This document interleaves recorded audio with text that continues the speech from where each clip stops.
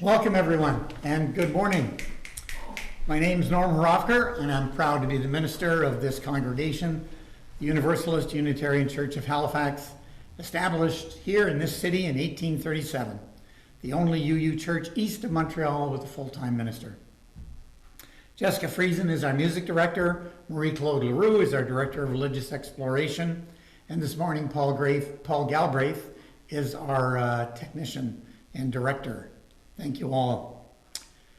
We're now doing hybrid services, live and broadcast on Zoom and YouTube.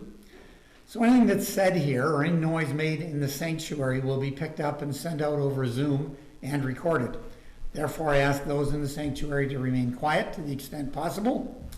Please don't direct questions to the minister or the music director during the service. During the service, if there is a need for conversation, perhaps you can step outside the sanctuary.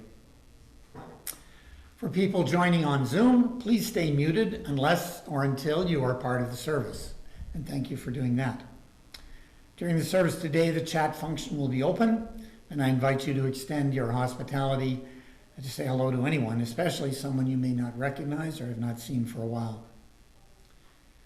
If you're not already receiving notifications from our church and you would like to, please contact me at minister@uuch.ca, and we'll get you on our listserv and you'll get regular weekly notices. Nothing overwhelming, I assure you. Before the service begins, I have a few announcements. These were printed in the order of service that was distributed last night. So I refer you there for more detail. The Department of Health regulations related to preventing the spread of COVID-19 are changing this week, in fact. So we may be loosening some restrictions, but there will be more details to follow on UU Info. We have a board meeting tomorrow night, and that'll get clarified there. An important announcement about our semi-annual general meeting. Our semi-annual general meeting will take place on Sunday, after the Sunday service on October 24th. This is your opportunity to help shape the direction of our congregation. Please plan to hear what your board envisions for the future and to participate in the discussion. You will also be able to participate online via Zoom. By now, you've heard a lot of talk about the 8th principle, which is under discussion at the national level with the Canadian Unitarian Council. We'll be having a discussion of that during our semi-annual general meeting on October 24th. So that's a very important issue for all of us, and I hope you'll be there. Thanksgiving's coming up, another COVID Thanksgiving, unfortunately. So we won't be hosting a Thanksgiving dinner this year for COVID reasons, but we do still hope to have an after-service barbecue before winter sets in. So again, you'll have to watch for details for that on UU Info. And lastly, a reminder of the board meeting tomorrow, Monday at 6:30 p.m.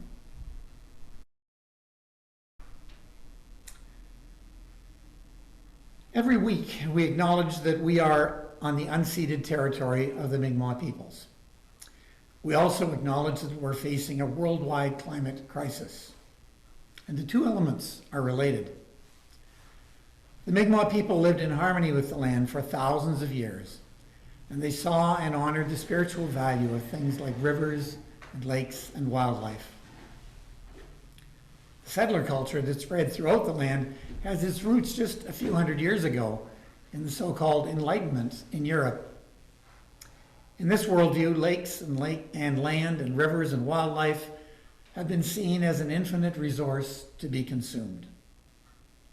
Today, we're slowly learning from our relationships with the Indigenous peoples of Canada.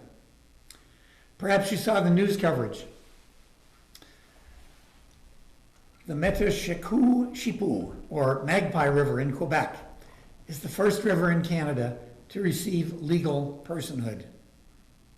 Well, the first in the country, The practice of granting personhood to natural entities is part of a global movement to recognize the rights of nature in law. And Indigenous communities are leading the way. This has always been part of their worldview. I now invite Jessica to ease us into our service together with our prelude. So before I play the prelude, I am going to play the original piece sung by Clayland Billy with predominantly Choctaw congregations in Oklahoma City at Mary Lee Clark United Methodist Church. So the song is called Hallelujah Yan, Hallelujah. Say that with me. He, le, lo, yan. There we go. And that is called, it's translated Hallelujah or Alleluia. So before I sing it, I think it's very important that we hear the traditional version. So I'm just going to play it on YouTube here.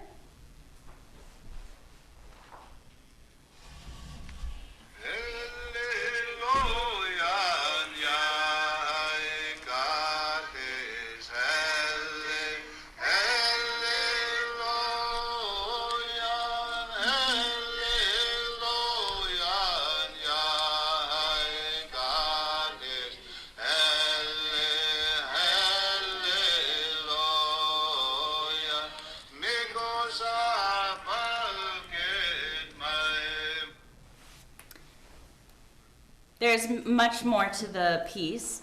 I'm just going to sing the Hallelujah. Please join in when you're comfortable, or just sit back and relax and listen. Hallelujah, Hallelujah,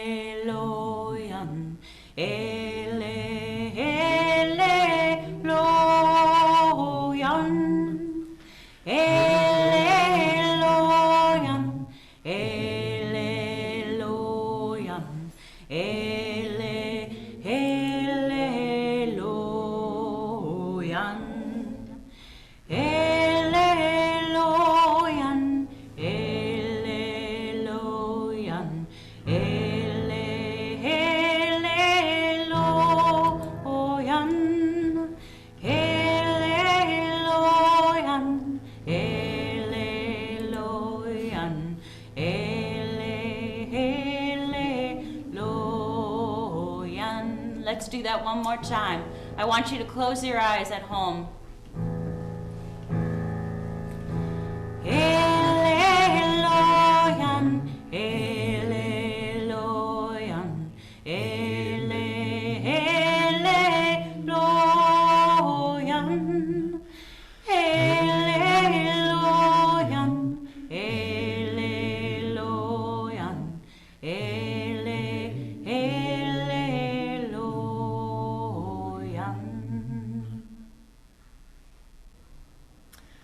Now, Pam Berman will read our chalice lighting words, after which I will light the chalice here in the sanctuary. Our chalice is an invitation to all. Our flame carries peace and love indiscriminately. May we be mindful when we unintentionally exclude, when we offer peace and love conditionally. May we be quick to welcome those on the margins and who wait for the invitation that is too long in coming. May our hearts be open to radical hospitality. May our hands shape a future that includes all. May our minds remember no one is a stranger, and may we be ever open to the gifts that diversity and justice bring.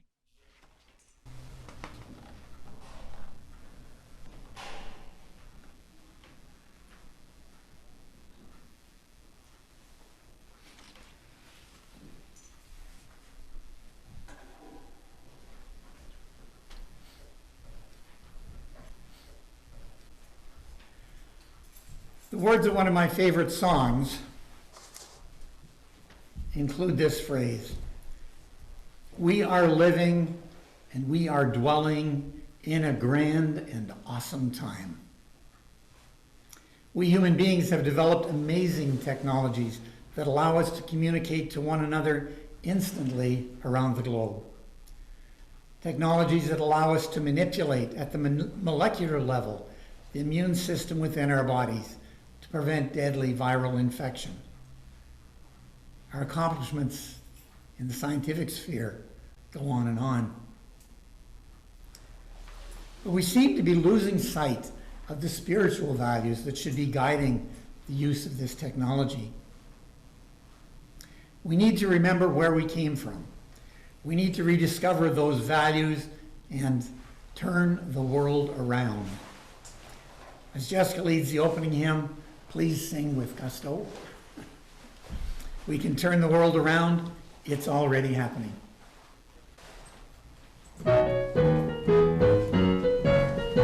We come from the fire, living in the fire. Go back to the fire, turn the world around. We come from the water, living in the water. Go back to the water, turn the world around. Oh, so is life. Oh, so is life. Oh, so is life. Oh, so is life. We come from the mountain, living on a mountain. Go back to the mountain, turn the world around. Oh, so is life. Oh, so is life. Oh, so is life. Oh, so is life. Do you know who I am? Do I know who you are? See we one another clearly. Do we know who we are? Everyone! Oh, so is life a patiwa. So is life. Oh, so is life a patiwa. So is life. Water makes the river, river wash the mountain. Fire make the sunlight, turn the world around. Heart is of the river, body is the mountain. Spirit is the sunlight, turn the world around. We are of the Spirit, truly of the Spirit. Only can the Spirit turn the world around. Oh, so is life a patiwa. So is life. Oh, so is life a patiwa. So is life. Let's do that again. Whoa, so is life a patiwa. So is life. Oh, so is life a patiwa. So is life.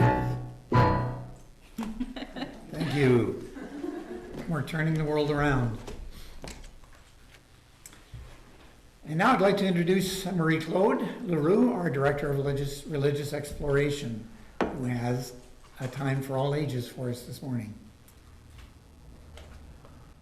Good morning, everyone. Today, I'm going to share with you the legend of Sky Woman and the creation of Turtle Island, which is adapted from the oral tradition by Robin Wall Kimmerer. For some Indigenous peoples, Turtle Island refers to the continent of North America, and for others, the whole world.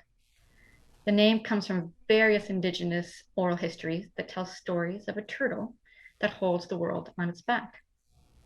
Although this is a Haudenosaunee creation story, the Mi'kmaq also know North America as Turtle Island. In the beginning of time, there was no land, only water and darkness. The only creatures in the world were the water dwellers and those who could fly above it. Up above the earth and the creatures that flew was another world, a place called Sky World. In Sky World, the beings there were similar to humans. There was a woman and a man, and the woman was pregnant. During her pregnancy, she began to have strong cravings. Every morning, she woke with the craving, and every night she tried to go to sleep with this craving. She was craving the roots of the tree of life. One day, she couldn't hold back any longer, and ran to the tree and began to dig. She dug and dug to get the roots, and just as she reached for a piece of root to pull out, the ground started falling away. Sky Woman, with a small piece of root in her hands, started falling down towards the earth. A column of light streamed from the hole in the sky world, marking her path where only darkness had been before. It took her a long time to fall. In fear, or maybe hope, she clutched the roots tightly in her hand. Hurtling downward, she saw only dark water below. But in that emptiness, there were many eyes gazing up at the sudden shaft of light.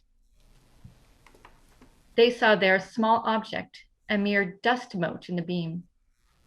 As it grew closer, they could see that it was a woman, arms outstretched, long black hair billowing behind as she spiraled toward them. The geese nodded at one another and rose together from the water in a wave of goose music. She felt the beat of their wings as they flew beneath to break her fall. Far from the only home she'd ever known, she caught her breath at the warm embrace of soft feathers as they gently carried her downward. The geese could not hold the woman above the water for much longer, so they called a council to decide what to do.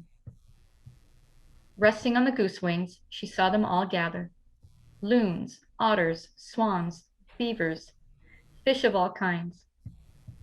A great turtle floated in their midst and offered her back for Sky Woman to rest upon. Gratefully, she stepped from the goose wings onto the dome of the shell. The others understood that she needed land for her home and discussed how they might serve her need. The deep divers among them had heard of mud at the bottom of the water and agreed to go find some. Loon dove first, but the distance was too far, and after a long while he surfaced with nothing to show for his efforts. One by one, the other animals offered to help: otter, beaver, sturgeon. But the depth, the darkness, and the pressures were too great for even the strongest of swimmers. They returned gasping for air with their heads ringing. Some did not return at all. Soon, only little Muskrat was left, the weakest diver of all. He volunteered to go while the others looked on doubtfully. His small legs flailed as he worked his way downward, and he was gone a very long time. They waited and waited for Muskrat to return, fearing the worst for the relative, and before long, a stream of bubbles rose with the small, limp body of the muskrat. He had given his life to aid this helpless person. But then the others noticed that his paw was tightly clenched, and when they opened it, there was a small handful of mud. Turtle said, "Here, put it on my back, and I will hold it." Sky Woman bent and spread the mud with her hands across the shell of the turtle. Moved by the extraordinary gifts of the animals, she sang in thanksgiving and then began to dance, her feet caressing the earth. The land grew and grew as she danced her thanks, from the dab of mud on Turtle's back until the whole earth was made. Not by Sky Woman alone, but from the magic of all the animals' gifts intertwined with her deep gratitude. Together they formed what we know today as Turtle Island, our home. The roots from the tree of life were still clutched in her hand. She planted these roots onto the new ground and carefully tended each one until the world turned from brown to green. Sunlight streamed through the hole from the sky world, allowing the new growth to flourish. Wild grasses, flowers, trees, and medicines spread everywhere. And now that the animals too had plenty to eat, many came to live with her on Turtle Island.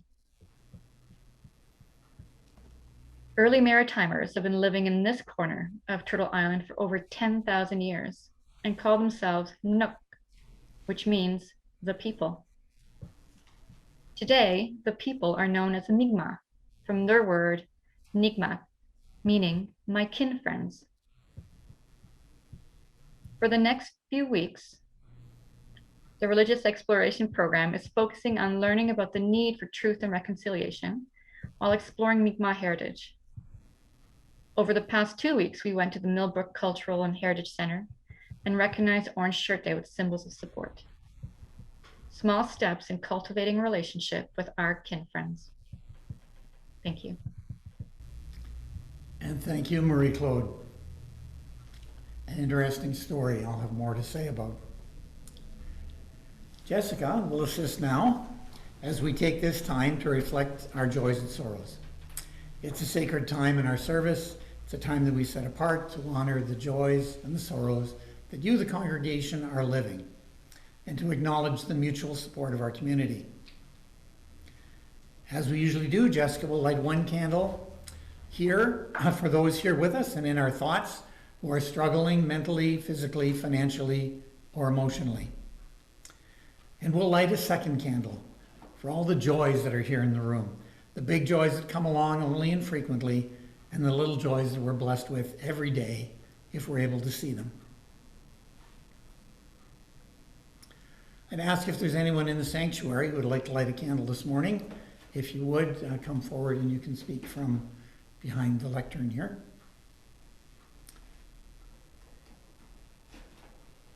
Each week, I invite anyone who would like a candle lit to email me with details. This morning, I'm aware of two joys to share. First, Eleanor Reynolds celebrated her birthday yesterday, and I'm sure it was full of messages from family and friends. Eleanor, know that you're a special lady beloved by so many here in the congregation, and a belated happy birthday. And rather, I was going to say selfishly, but perhaps not. I think this is something to share with everybody. I want to share a personal joy. My youngest granddaughter, Beatrix Amberly Engel, has taken her first steps. Such an amazing thing to watch a child develop. So I have a little short video to share with you. And let's make it a tribute to all babies and the spirit that animates them all. Hi. Oh, very good, Bee. Yeah, clap, clap, clap. Clap, clap, clap.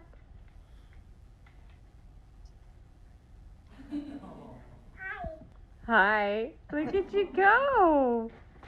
Oh. Isn't life wonderful? Oh, it's wonderful being your grandparent.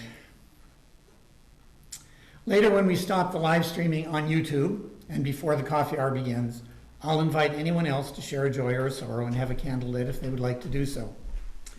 And now, Jessica's going to lead us in a reflective hymn. As I shared that video of my granddaughter's first steps, my heart was breaking thinking of the videos and the pictures that we've all seen of young Indigenous children in residential schools. Jessica will lead us now in a reflective hymn. If only we could see how every child is connected to our own souls.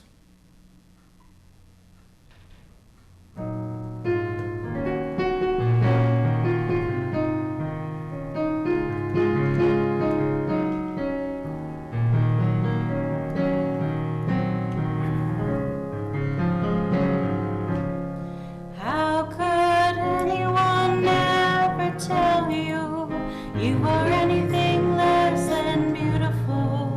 How could anyone ever tell you you were less than whole? How could anyone fail to notice that your loving is a miracle? How deeply you're connected to my soul.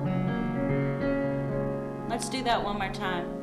How could anyone ever tell you you were anything less than beautiful?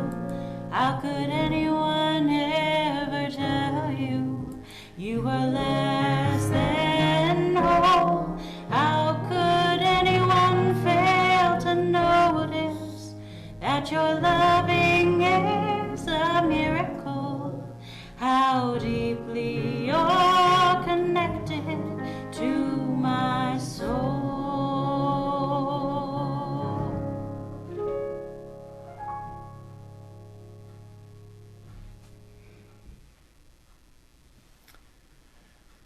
May the joys and the sorrows, both those acknowledged here this morning and those held in the silent sanctuaries of our hearts, weave us together in the interdependent fabric that is our beloved community.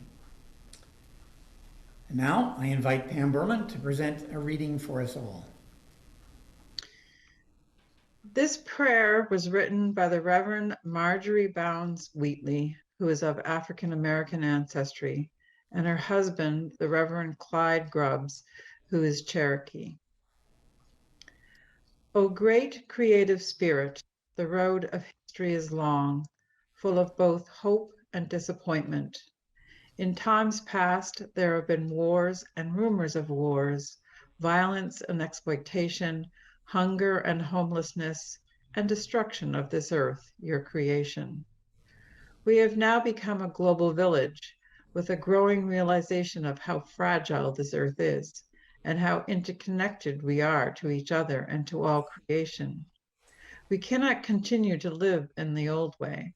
We must make a change to see a new way, a way toward peace with justice and a healthy planet. O great creative spirit, you have given a vision of good, and we yearn for a new way. But where are we to find the courage to begin this work? We know that a different tomorrow is possible, but how can we build it? We think of the prophets, women and men who voiced unpopular opinions, who made personal sacrifices, and sometimes lost their lives for the sake of justice. We think of Isaiah, who called out to let those who are held in captivity go free, to give solace to the poor and homeless. Let us be inspired by all who work to overcome misery, poverty, and exploitation. We think of Harriet Tubman, who called out to people of goodwill to join her on an underground railroad to lift a dehumanized people from the bondage of slavery to the promise of freedom, even when it meant challenging unjust laws. Let us be inspired by those who are outlaws for freedom. We think of Gandhi, whose belief in soul force, the witness to love's truth, helped to overthrow the oppression of an empire and gave witness to the way of nonviolent action. Let us be inspired to be witnesses for peace. We think of Chief Seattle, who reminded us that we belong to the earth, not the earth to us. Let us be inspired by all those who work for the healing of creation, of Mother Earth and all her creatures. May these and other prophets inspire us today. Be well known or known only to us individually, all offering personal inspiration, courage, and hope. May they join a great cloud of witnesses to a new way of life, the way of peace and justice, the way of justice lived according to the way of peace, the beloved community. So may it be. Amen. Thank you, Pam. So welcome everyone to the month of October and our theme for the month, cultivating relationships. I'm very happy to spend a month on this theme. My interest to the importance of relationships was piqued a couple of years ago when I first read this quote by the Indian philosopher Jiddu Krishnamurti. Action has meaning only in relationship. And without understanding relationship, action at any level will only breed conflict. The understanding of relationship is infinitely more important than the search for any plan of action. Marie Claude's story of the creation of Turtle Island is a lesson in relationship. In that story of creation, all the animals, humans, birds, fish, mammals of all species, lived in a balanced relationship, supporting one another. We can contrast that to the Judeo-Christian creation story, where humans have a very different relationship with other animals. Humans in the Judeo-Christian story are given dominion over all creatures. If you understand those relationships, you can begin to understand our present conflicting attitudes, European and Indigenous, towards the exploitation of Earth's resources. This week, when we celebrated the first National Day of Truth and Reconciliation in Canada, it has been a lesson in relationship. We're all witnessing a profound shift in the relationship between the Indigenous peoples of this land and the settlers of this land. It is, for me, energizing, affirming, uplifting, and spiritually rewarding. Within my lifetime, government policy has changed from one of active assimilation and cultural genocide to one of the promotion of Indigenous culture and pride in heritage, and learning from the Indigenous peoples of this land. The changes everywhere from our court system, to the music we listen to the leadership shown in environmental issues, to the serious recognition of treaties that were ignored for hundreds of years. And this is only the beginning. The injustice and inequality and prejudice built up over hundreds of years will not yield easily or without more battles. Battles in the courts and battles in the court of public opinion.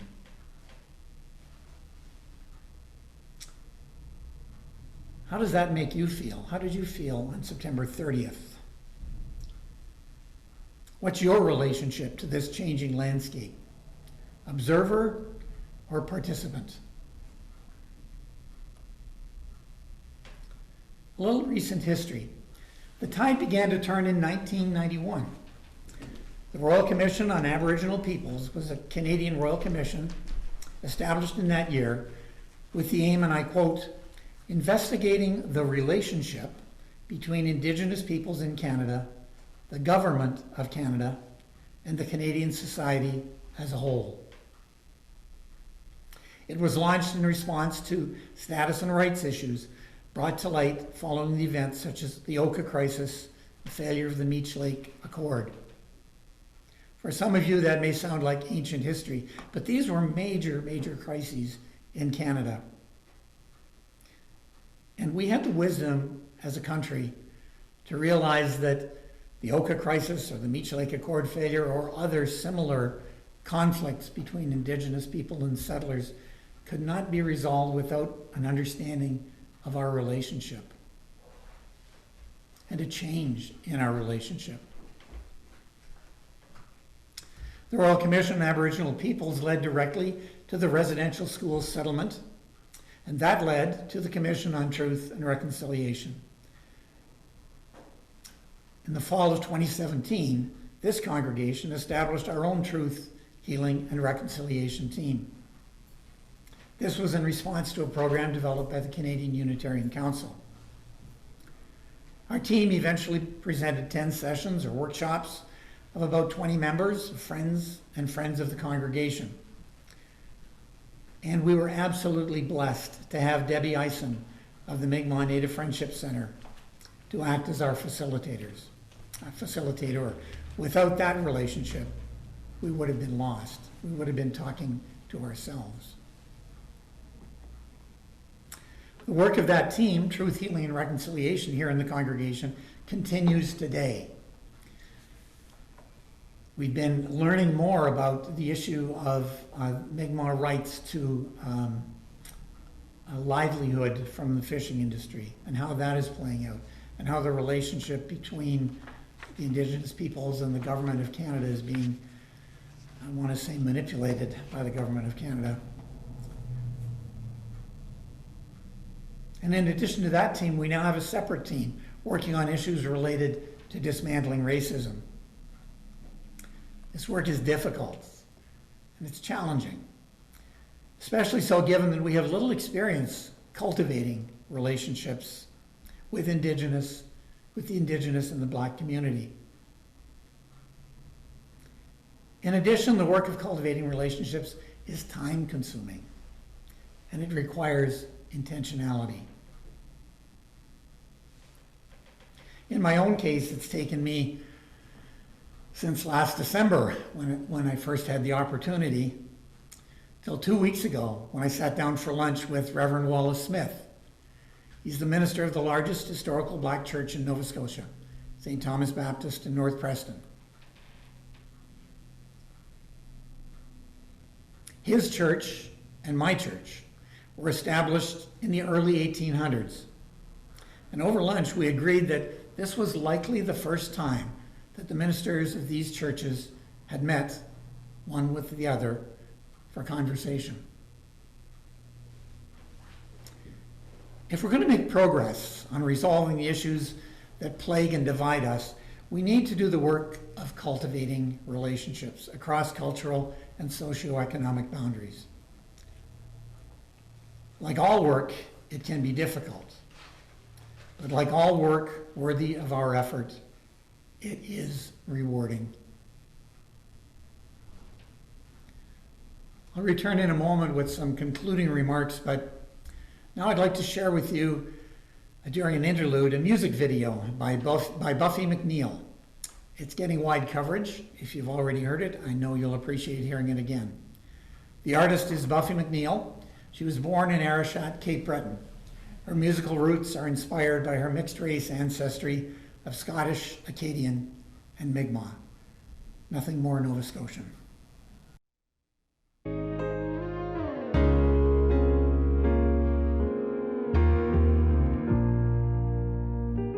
Is there anybody out there? I'm so scared and all alone. Can you call my father, or can someone take me home?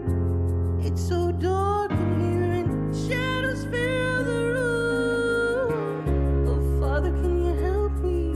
They're coming for me soon. Is there anybody out there? I'm so scared and all alone.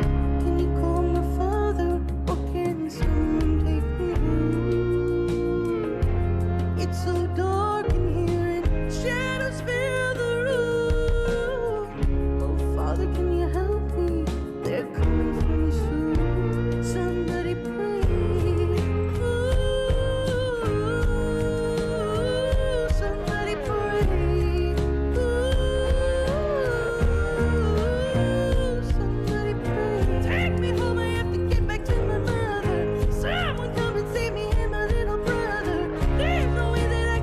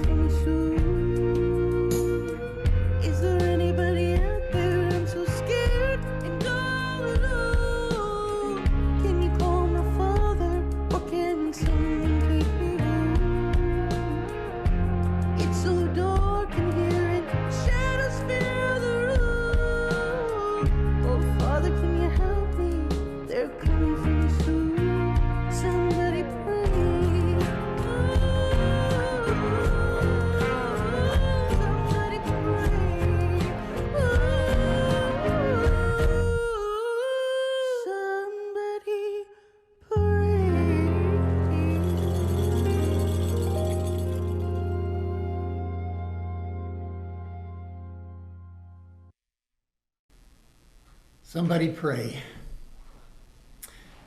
There's lots of ways to look at life.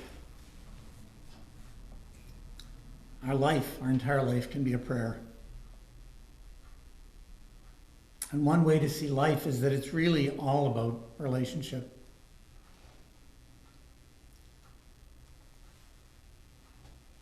I want to give you an example.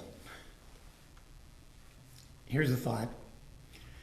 As the leaves turn and the days shorten, what is your relationship to winter? Don't like winter. Winter can be nasty and brutish. You could say that you don't even want a relationship with winter. But that's not going to change winter. Winter is winter. And your relationship with winter is entirely up to you. Winter isn't going to change because you want it to. But you can have a wonderful relationship with winter. It's up to you how you cultivate that relationship.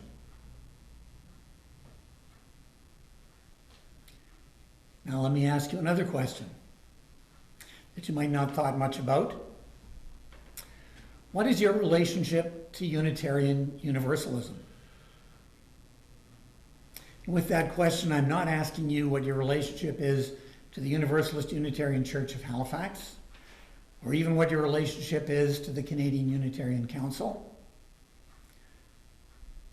I'm not asking what your relationship is to the members of this beloved community, or the people watching this service. I'm asking, what's your relationship to the faith tradition of Unitarian Universalism?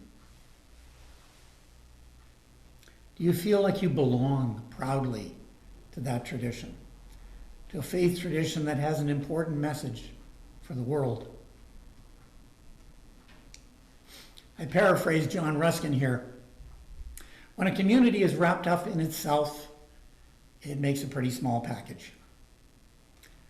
Reverend Scott Taylor put it this way: our society teaches us to ask, what do I want? Our religion invites us to ask, whose am I? To what do I belong? Two very different questions that lead to two very different lives. One question walks us down the path of accumulation, clinging, and an inward focus. The other points to the way of community and connection and outreach. One says we find fulfillment in success. The other says we find ourselves in commitment to shared values. So friends, which question will we allow to lead us? Every single sacred tradition says our choice is a matter of life and death. Here ends the quote. The question of our relationship to Unitarian Universalism relates to the project of cultivating relationships across cultural and economic barriers. If we have an important message for the world, then we have hope to cultivate meaningful relationships with other individuals and groups in our society. If we're not committed to an important message, if we don't have a relationship with our faith,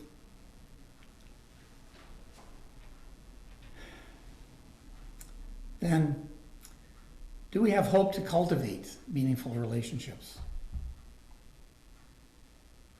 If we don't have this relationship with our own faith tradition, I ask, what's the point of our relationships?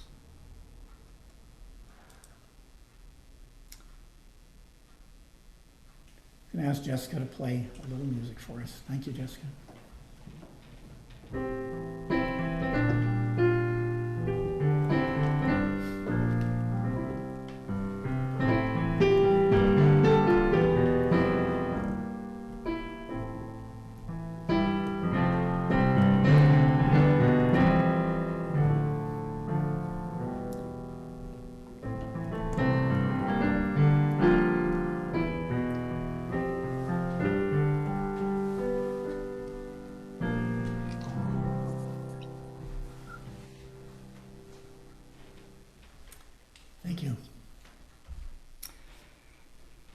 During pre-COVID times, we would take up a collection in the Sunday service, in each service, that was given away to serve our community.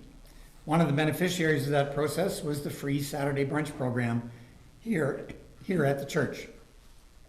With COVID restrictions on their Saturday brunch team, they have pivoted to from providing a full sit-down hot brunch buffet to providing a brown bag, prepared lunches, and take-out coffee. Our Saturday brunch team has done and continues to do an absolutely wonderful job serving our neighbors in a very stressful time, developing a relationship with the people who live in and around our congregation. Here's some pictures of our team members and the product of their devotion. To my surprise, the brown bag lunches, even with a lot of donated materials, are more expensive to produce than the buffet lunch. And so today I'm appealing to members of the congregation who are able to make a contribution to our Saturday brunch program, to support our volunteers, to serve our neighbors who really appreciate a meal once a week and the opportunity to break the loneliness of isolation. Jessica and I were here yesterday on Saturday morning, and it's just a joy to be here and be involved with the conversations from people living in and around our church. Here's how you can contribute on behalf of the Sunday brunch team.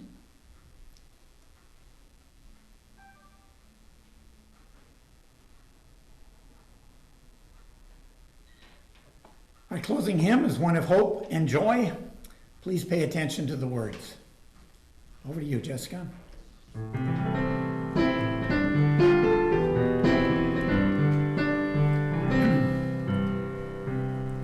As we sing of hope and joy today, some know the anguish and despair. How can we lift our voices in this way? While some have pain and misery to spare.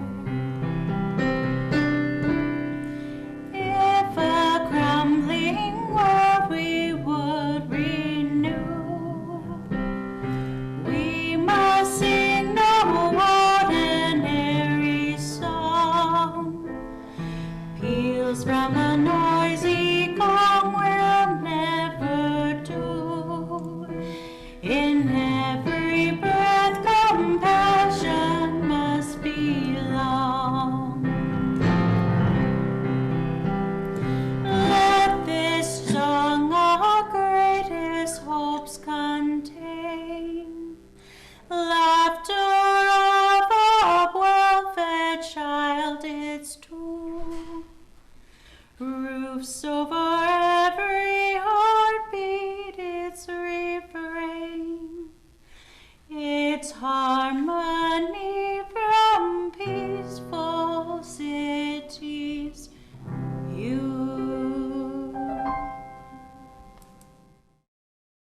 And now I'll extinguish the chalice here in our sanctuary until we gather again. But first, these words of encouragement.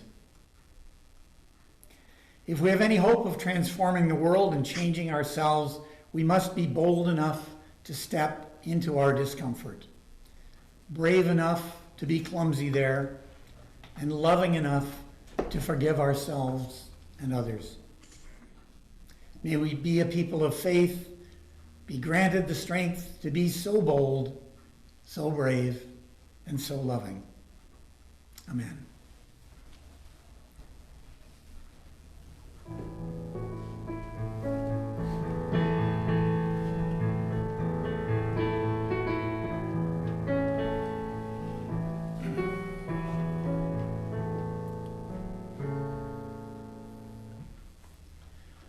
Thank you all who attended the service today here in the sanctuary by Zoom or on YouTube.